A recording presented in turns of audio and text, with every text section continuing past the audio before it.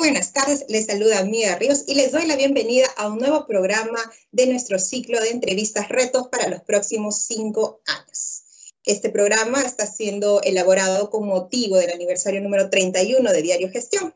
El tema de hoy es mirada empresarial para los próximos 5 años. Y para profundizar en el tema nos acompaña Juan Fernando Correa, presidente de Comex Perú.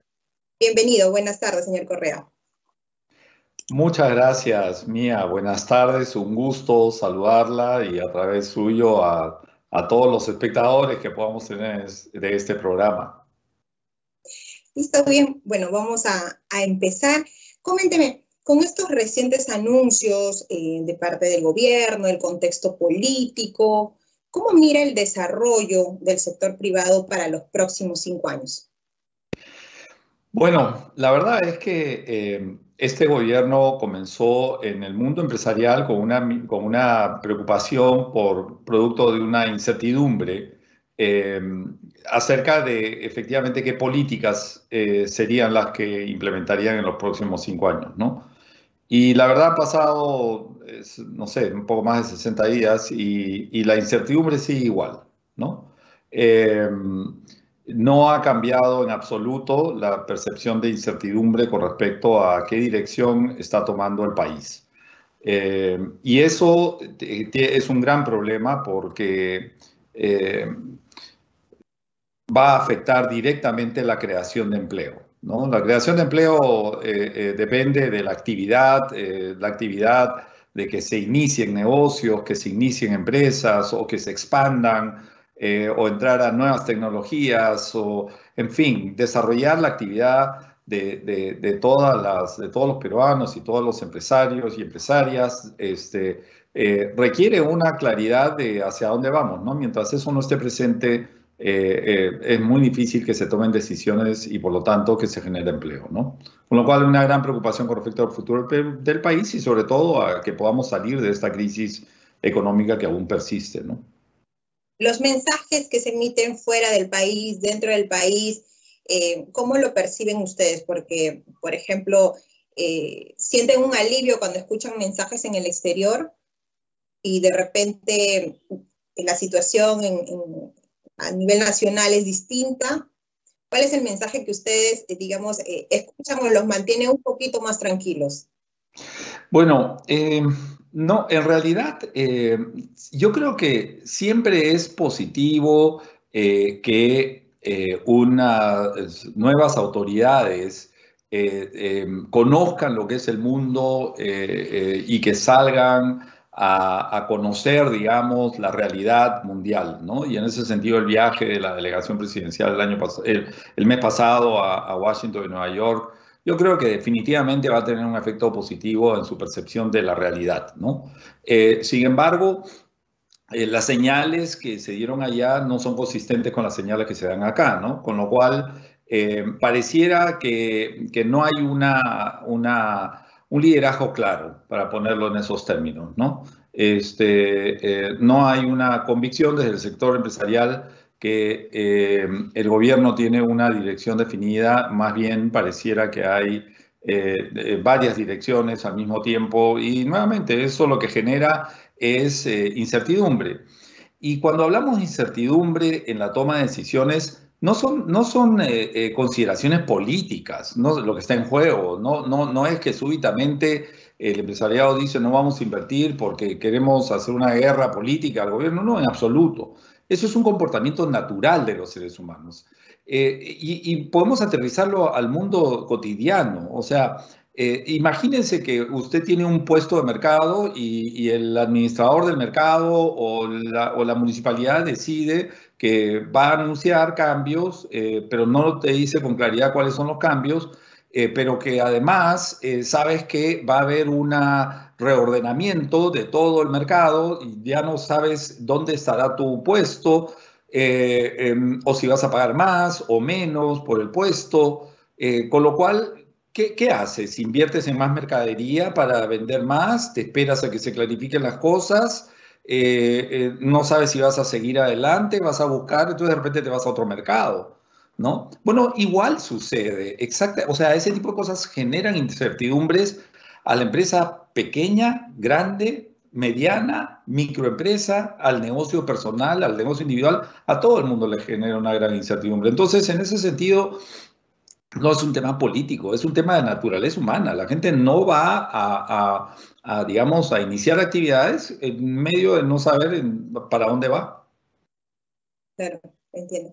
Y dígame, ¿qué es lo que más les preocupa a ustedes? Por ejemplo, se estaba considerando algunas restricciones para el comercio exterior, se estaba comentando sobre la franja de precios para los alimentos, las salvaguardas. En general, ¿qué es lo que a ustedes como sector les preocupa?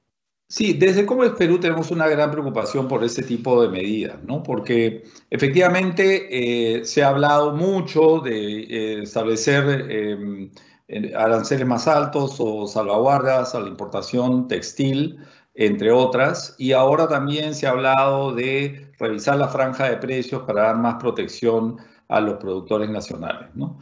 Y y la verdad es que es comprensible, es además muy atractivo, muy hasta romántico decir apoyemos a nuestros pequeños productores, ¿no? De arroz, de maíz, a nuestros pequeños productores de textiles, ¿no?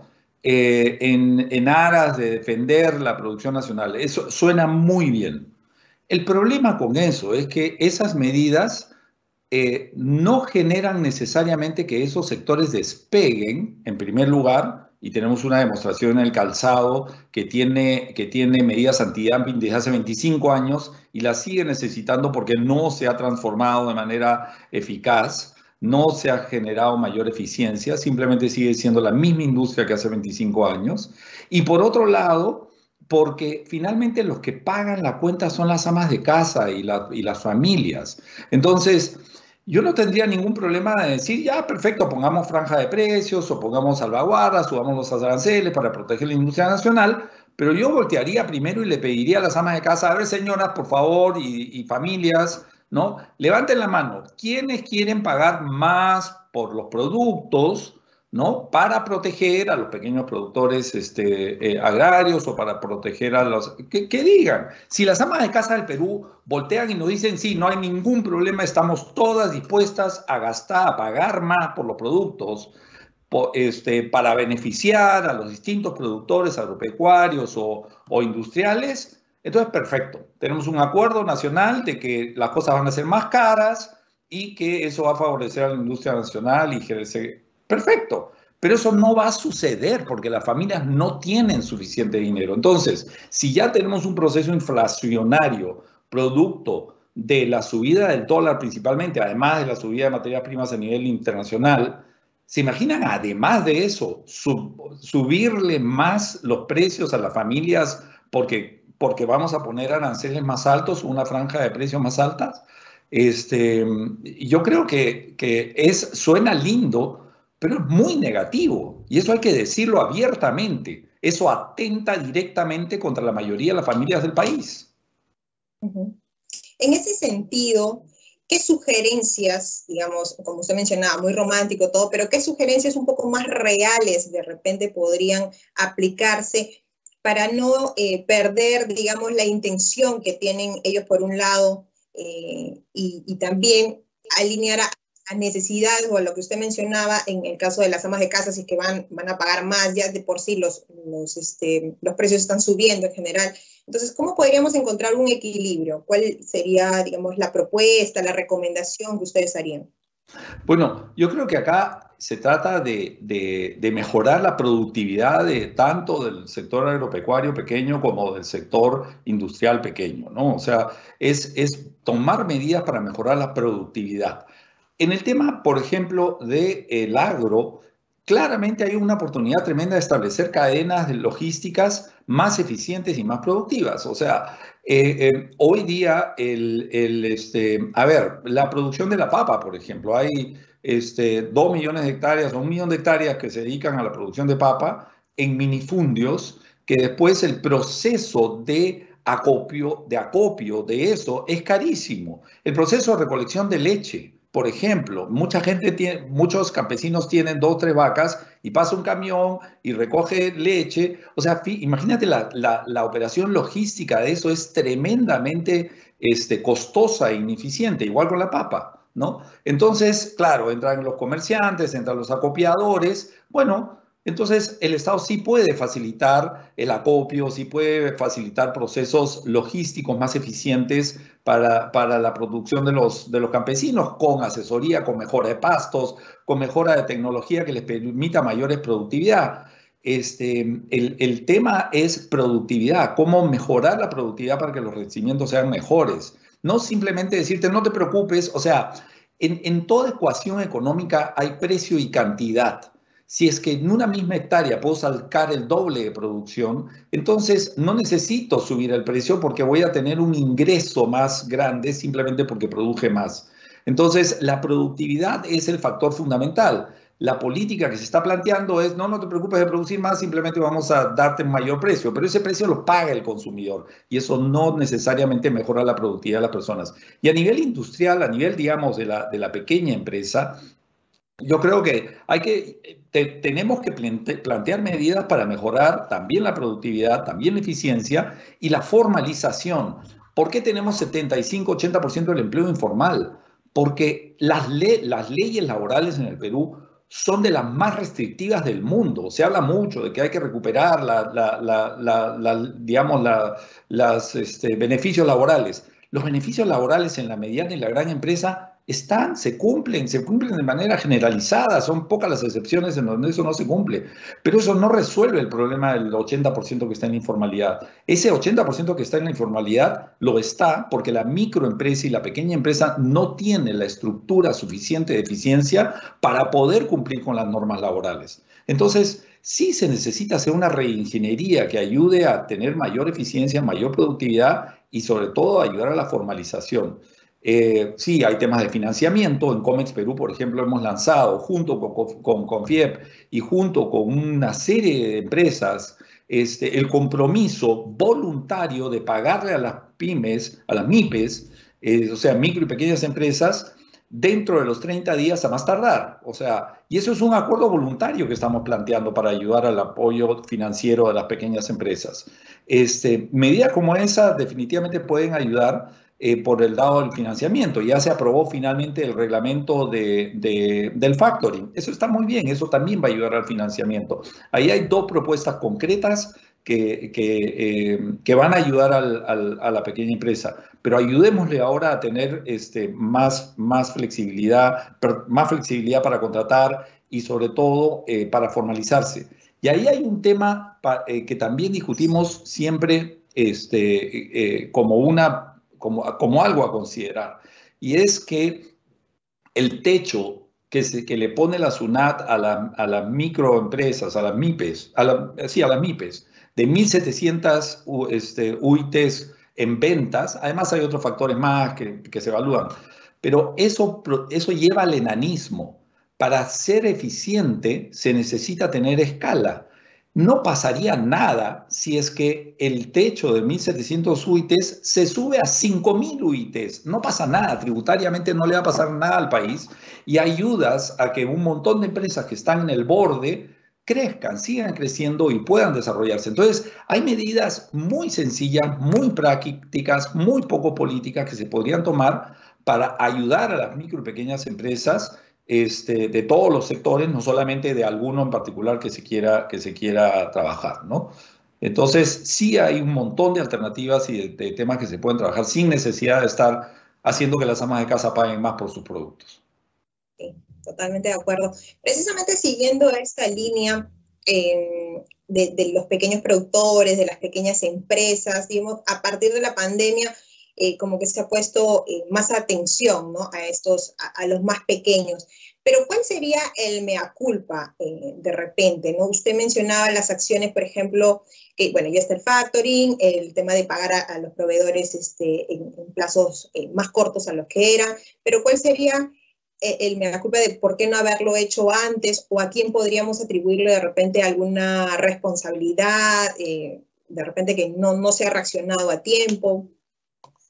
En un contexto, digamos, yo creo que el tema de la informalidad siempre se ha discutido, ¿no? Y se ha dado vueltas y no se ha enfrentado con claridad, porque realmente la informalidad principalmente es laboral.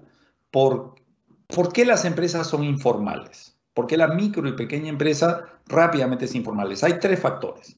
En primer lugar, porque la legislación laboral es muy rígida en el Perú. Y entonces, una pequeña empresa que tiene 5 o 6 trabajadores probablemente no está preparada para asumir las restricciones laborales que significan las leyes laborales del Perú. Es verdad que hay PYME y todo lo demás, pero igual la gente le tiene miedo a la formalización laboral y por eso tenemos 80%. No nos engañemos, hablemos claro. La única razón por la cual tenemos 80% de informalidad es porque las leyes laborales son extremadamente rígidas, en primer lugar. En segundo lugar, porque hay un elemento cultural en el país. Hay un elemento cultural de arrancar mi negocio y después me formalizo. Arrancar mi negocio, ya veo, es complejo y además en este elemento cultural hay un factor que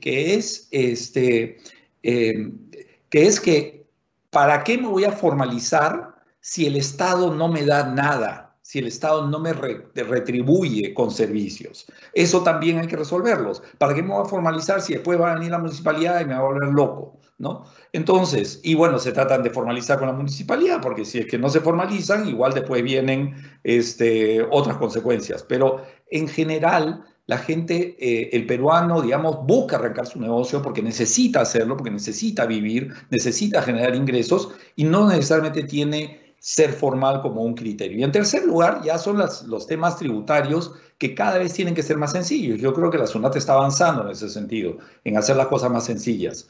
Pero si no es exactamente la complejidad tributaria, aunque es complejo, lo están simplificando.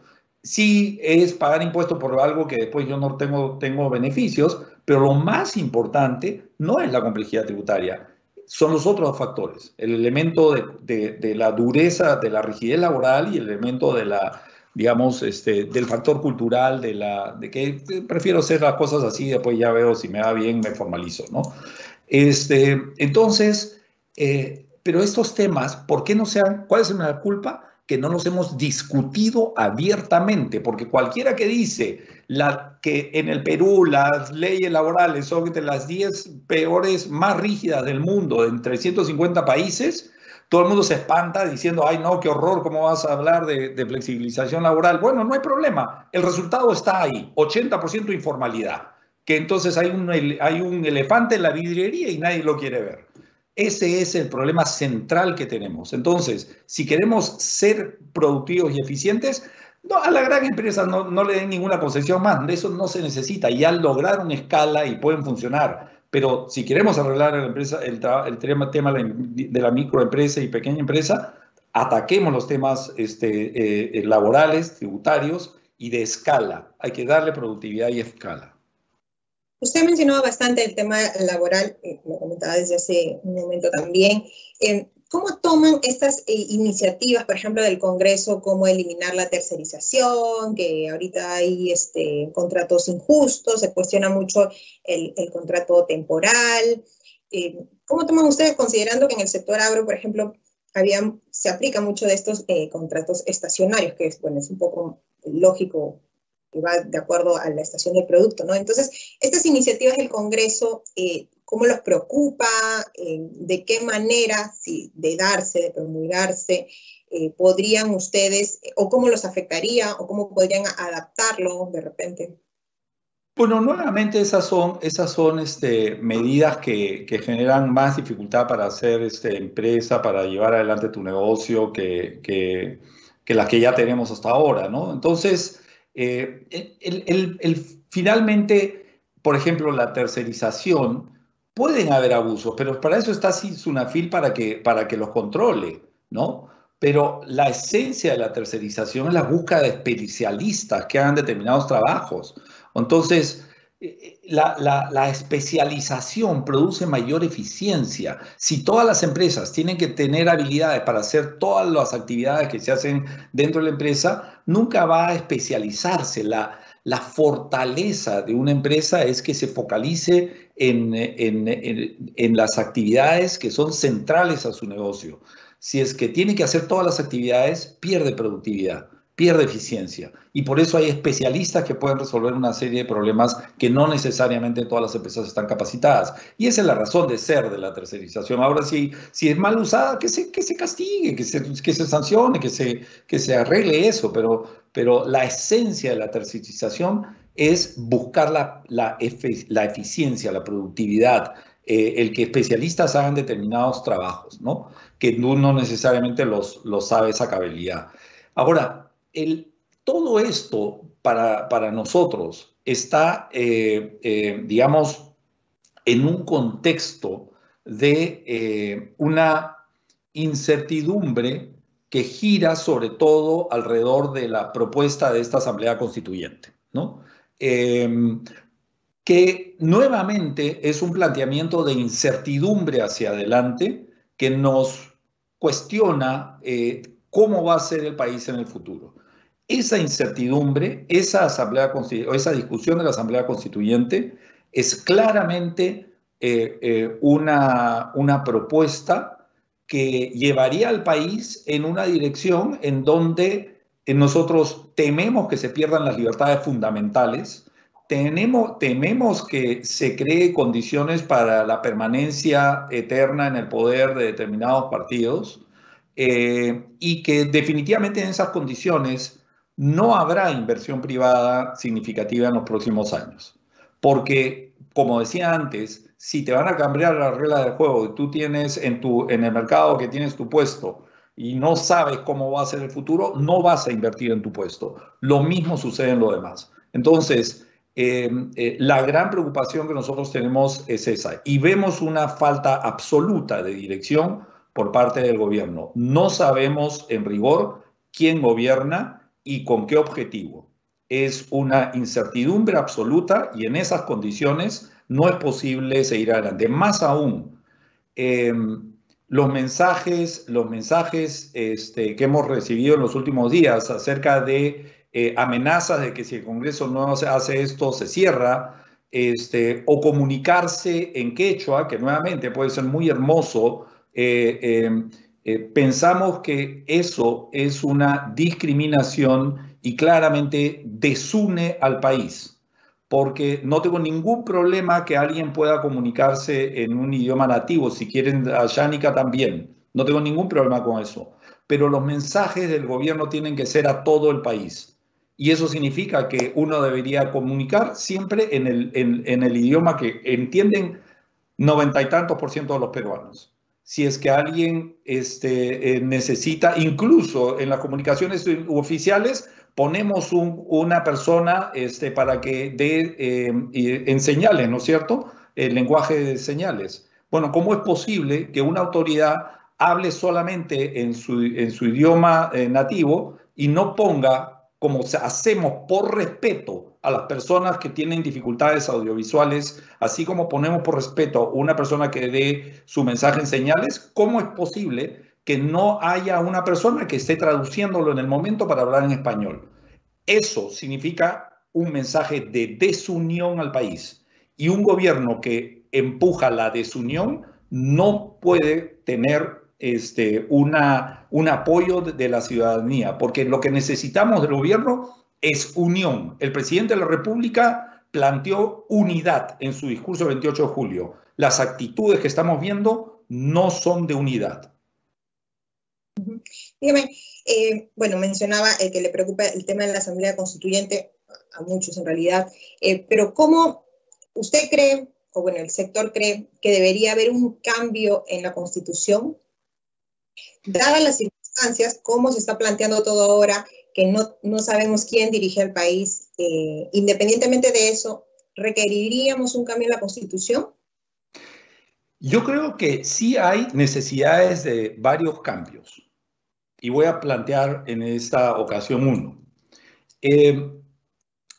Cuando uno le pregunta a las personas que, digamos, que si quiere un cambio de la Constitución, ¿por qué lo quieren?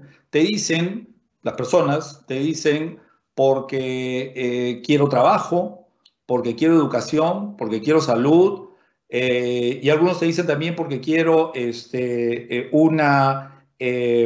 se elimine o se combata contra la corrupción, ¿no? En realidad ninguno de esos factores requiere un cambio constitucional, porque es el Estado que no ha sido capaz de entregar esos servicios básicos los que ha generado esta falta de calidad en los servicios fundamentales para las personas. Sin embargo, sí, efectivamente podrían haber algunos ajustes para que esos servicios efectivamente se vuelvan más prioritarios o más completos para la ciudadanía. Pero hay un tema muy interesante, que es el de la corrupción. Fíjese, en los últimos 20 años, el mundo empresarial ha pasado por un proceso de incorporación de prácticas de cumplimiento normativo, de cumplimiento ético, de cumplimiento normativo, legal, ético, etc. Lo que le llamamos son las prácticas de cumplimiento, en donde hoy día las empresas formales tienen reglas internas muy claras de comportamiento para sus ejecutivos, ¿no? Y ahí está incluido temas como poner en todos los contratos cláusulas anticorrupción, etcétera, etcétera, etcétera. En nuestras constituciones los tenemos establecidos. La Constitución del Perú no tiene el tema de corrupción, no, la palabra no aparece. Bueno, ¿por qué no podríamos incorporar un capítulo completo acerca de la corrupción?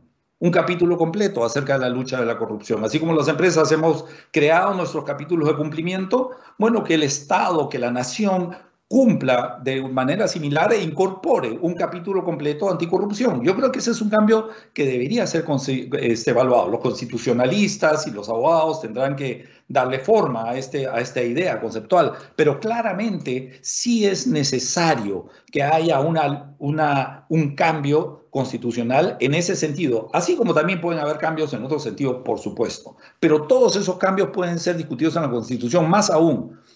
La gente dice, la Constitución del 93 ha tenido más de 20 cambios en los últimos 23 años. Perdón, más, 30 años, o casi 30 años. Ha tenido más de 20 cambios. Pueden haber 20 cambios más si es necesario. El tema es que sean discutidos en ambientes controlados y no en ambientes politizados que terminen siendo en realidad un plan para otros fines. Dígame, y puntualmente en el capítulo económico, ¿usted cree que podrían hacerse algunos ajustes? A ver, nosotros en Comex Perú creemos firmemente en que el capítulo económico de la Constitución es lo mejor que tiene la Constitución. A ver, el capítulo económico de la Constitución es lo que mejor ha funcionado en esa Constitución. Lo que mejor ha funcionado en el país, definitivamente. Es verdad que no hemos llegado a resolver los problemas de las personas más necesitadas, es verdad. Y probablemente tenemos que incorporar ajustes o algunas consideraciones para que eso suceda. Pero también es verdad que si no hay salud, es porque el Estado ha priorizado equivocadamente las cosas. Por ejemplo, los 6.000 millones de dólares que se han gastado y ahora aparentemente con algunos signos de corrupción en la refinería de Talara, impulsado por el gobierno del presidente Humala, pudo haber significado la construcción de 83 hospitales. Entonces, hoy día la gente no tiene salud y sin embargo tenemos una refinería para un petróleo que no tenemos. Esas son las malas decisiones tendientes principalmente a partir de opiniones políticas que de realmente entender a la necesidad de las personas y preocuparse por resolverlas. Esa decisión del presidente Humala claramente fue en contra de las personas y solamente con el fin de satisfacer algunos intereses políticos de sabe Dios qué. Siguiendo también esa línea, entonces, con esta Constitución que ya va a cumplir 30 años, estas desigualdades, esta falta de no haber llegado, digamos, a la gente con mejores servicios, no hacerlo accesible para ellos, es responsabilidad no tanto de la Constitución o del capítulo económico, sino básicamente de un Estado que de repente no ha puesto a disposición estos servicios. Más allá que esté escrito el derecho, no ha puesto a disposición el servicio, ¿no? Es nuestra convicción que la razón fundamental por la cual no han llegado los servicios es por ineficiencia del Estado. Le pongo otro ejemplo. Cajamarca. Cajamarca hace 20 años gastaba no me acuerdo los números en este momento, pero significativamente su presupuesto era significativamente menor al que tiene hoy día. Pero hace 20 años dedicaba 20% de su presupuesto o más a inversión pública. Hoy día invierte 6% de inversión pública. Todo lo demás es gasto de planillas, gasto, asesorías y planillas. Y Cajamarca es una de las regiones en donde mayor pobreza aún persiste. Entonces, ¿cómo es posible que ese gobierno hoy día en soles gaste menos en inversión pública, es decir, en construcción de carreteras, en construcción de hospitales, de postas, de servicios básicos para la población, que hace 20 años? ¿Eso es culpa del capítulo económico de la Constitución? No. Eso es culpa de los políticos que decidieron invertir la plata en sabe Dios qué otros criterios y no necesariamente en satisfacer la necesidad de la gente. Ahora este gobierno está, digamos, con la intención, bueno, y así se deja saber, de poner a disposición de los recursos naturales a disposición de los peruanos, ¿no?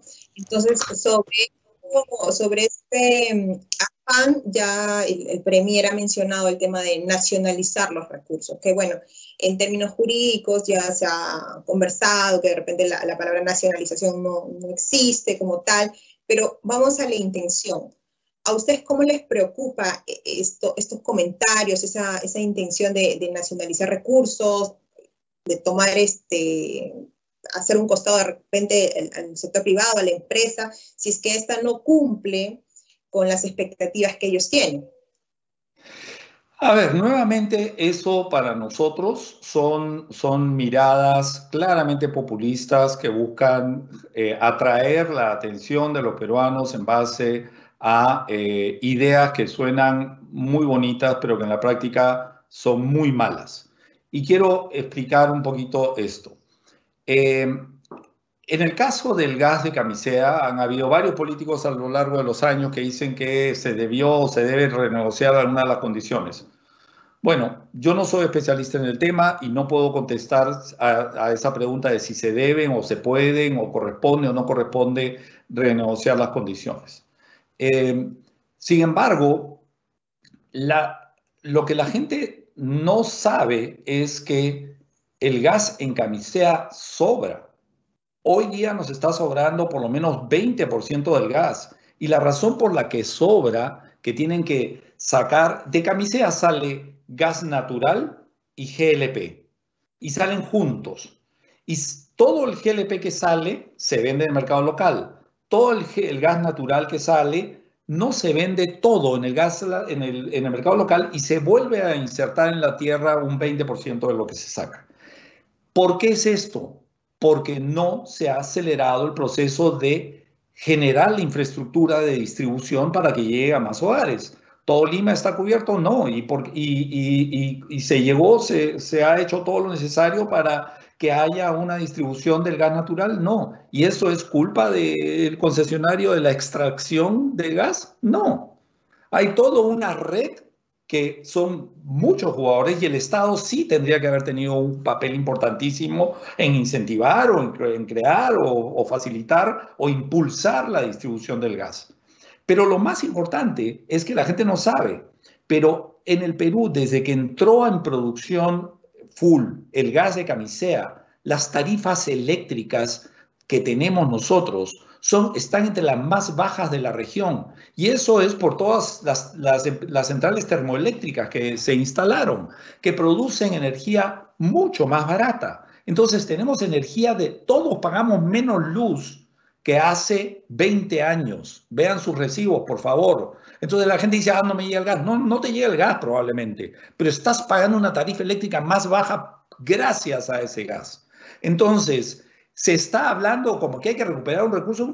El recurso está ya a disposición de todos los peruanos. 40% de la energía del país se nutre del gas de camisea con tarifas generando o contribuyendo a generar tarifas más bajas de las que teníamos hace 20 años. Entonces, Cuidado con las ideas que se ciernen sobre eso. Ahí hay simplemente un mensaje de que queremos tomar los recursos naturales, sabe Dios con qué objetivos.